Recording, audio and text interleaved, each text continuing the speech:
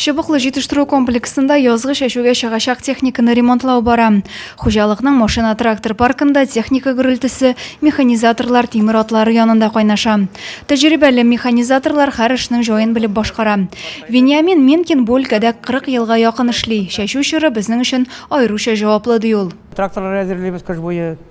Тырмалар нитәбез сүтеп җыябыз. Менә сеялкалар җыйдык, бөтенләй нәстә алып киләләр. Тактыгы слесарь булып инде трактористлар менә өченче трактор җыябыз инде.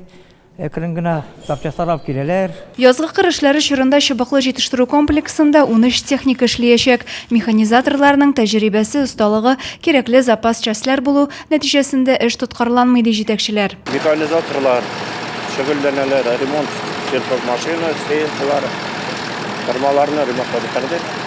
Сеялка, культиватор, регулировкалар белән.